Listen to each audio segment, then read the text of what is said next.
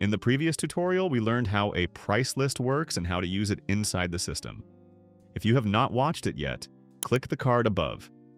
It is important to understand that part before starting this tutorial.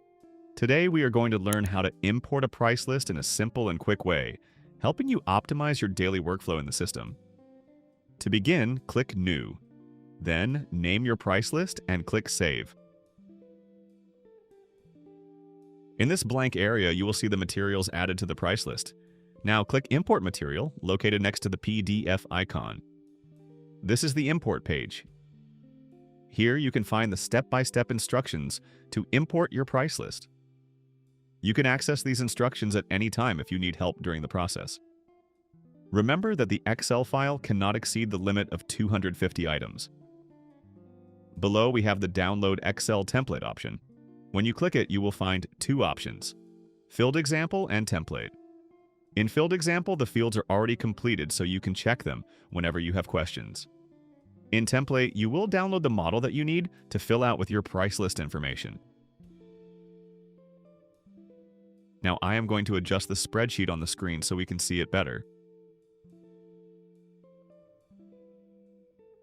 I am also going to increase the font size a little.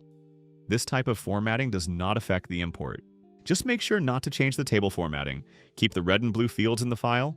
The red fields are required. The blue fields are optional, so you can leave them blank if needed.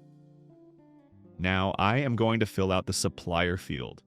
In this example, I will use a supplier that is already registered in my system.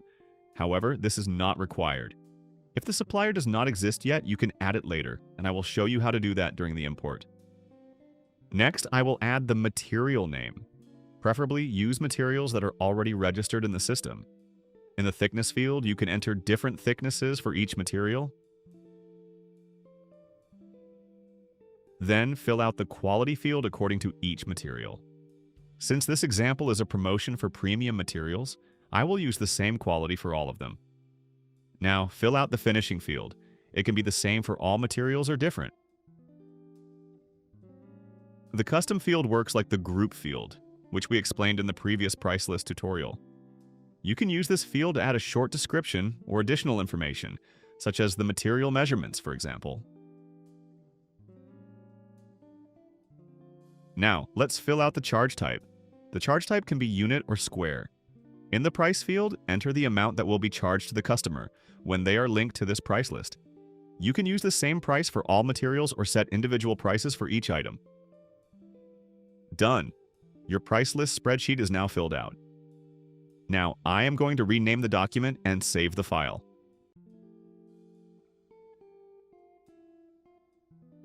After that, we will import the Excel file into the system. Click Import Excel. Select the file saved on your computer.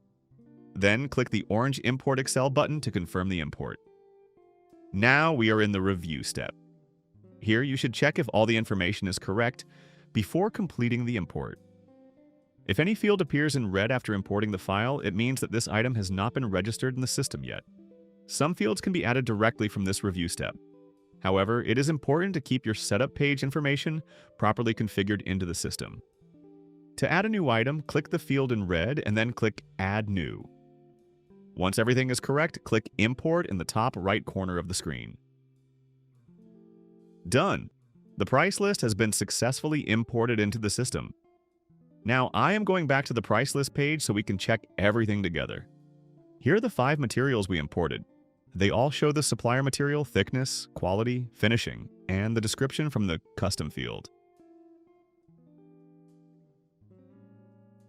On the side, you can see the charge type, such as square, and the price for each item.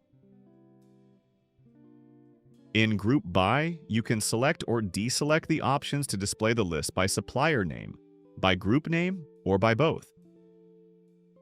On the left side of the screen, you can also download the PDF for this price list. This PDF can be sent to your customers so they can review the available materials and choose the one they want to use.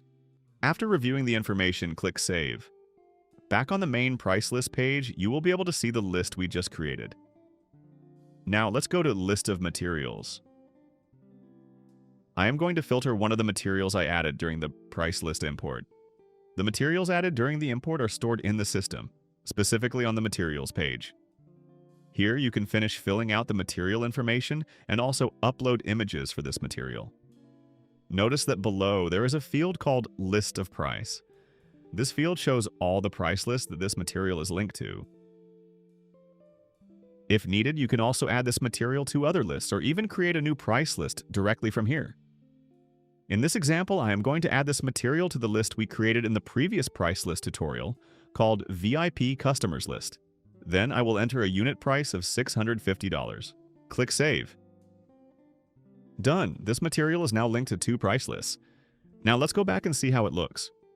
Before leaving this page, click Save again to make sure all changes have been saved. Now let's go back to the price list page. I am going to click on VIP Customers List, and here is our material. Since it was added as a new item inside this price list, it appears separated from the materials I added before. That's it for today. If you want to see how SlabWare can help you organize and grow your stone business, visit slabware.com and start your free trial today. If you have any questions, our support team is ready to help. Follow the channel, turn on notifications, and don't forget to give us a thumbs up if you enjoyed this video. See you in the next tutorial, folks.